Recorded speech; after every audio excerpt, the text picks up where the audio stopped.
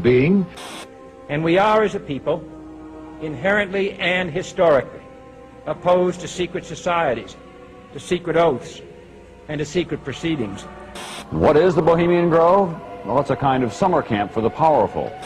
Among its members, political figures like Gerald Ford, President Reagan, Vice President Bush, Richard Nixon is a Bohemian. Each year, guests like Henry Kissinger or Zbigniew Brzezinski address members on their areas of expertise. For we are opposed around the world by a monolithic and ruthless conspiracy. It is a system which has conscripted vast human and material resources into the building of a tightly knit, highly efficient machine. By the military-industrial complex. Its preparations are concealed, not published. Its mistakes are buried, not headlined. Its dissenters are silenced, not praised. We can find meaning and reward by serving some higher purpose than ourselves. A shining purpose, the illumination of 1,000 points of light. No expenditure is questioned, no rumor is printed, no secret is revealed. We have before us the opportunity to forge for ourselves and for future generations a new world order. The quest for the new world order is in part a challenge to keep the dangers of disorder at bay. We were interested today to hear that more than 100 law enforcement officials in Mexico are having microchips implanted in their arms. The chips allow a person to be scanned, sort of like a cereal box at the supermarket checkout. I think the most important thing is for Barack Obama. I think his task will be to develop an overall strategy for America in this period when really a new world order can be created. I think a new world order is emerging, and with it the foundations of a new and progressive era of international cooperation. But the burdens of global citizenship continue to bind us together. In this new century, Americans and Europeans alike will be required to do more, not less.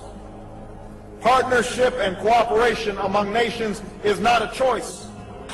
You know, there is such a thing as insidious influence. Does it involve bribery? And does it involve some sort of psychological domination of individuals? But what does a new world order mean for countries like ours? A new world order. No world order that elevates one nation or group of people over another will succeed. It's a phrase that I often use myself, that we needed a new world order. So it's going to be an inner ruling elite and then everyone else. And I got news for you. You're everyone else. The whole concept of New World Order is something else. It really says that the state is God. You take the roots of that organization and you find out that they created in all of the British dependencies what they call round table groups. Then around those little round table groups they created front groups. We're getting to two levels of government here. One level of government where we have checks and balances, and a higher level of COG government where the constitutional authorities are not allowed to go. The New World Order really is a tool for addressing a new world of possibilities. This is the third leg of the New World Order.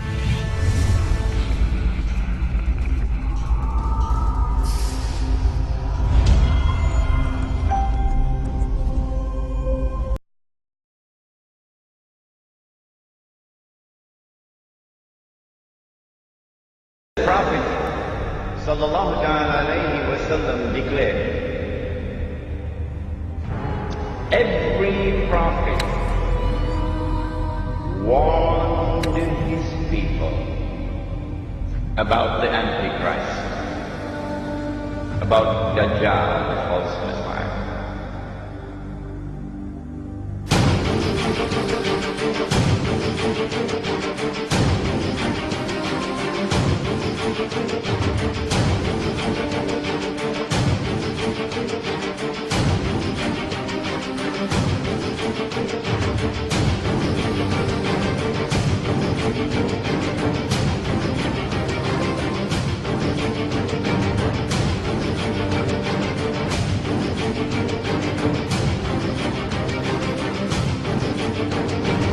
And the prophet Noah warned his people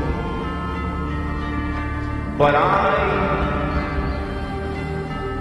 I say to you something that none ever said before.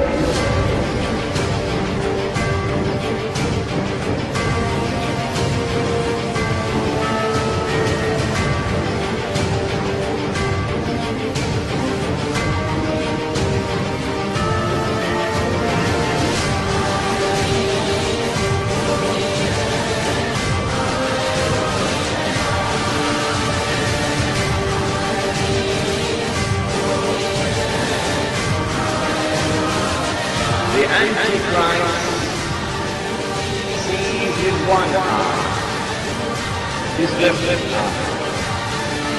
He's blind in the right eye. It looks like a bulging great.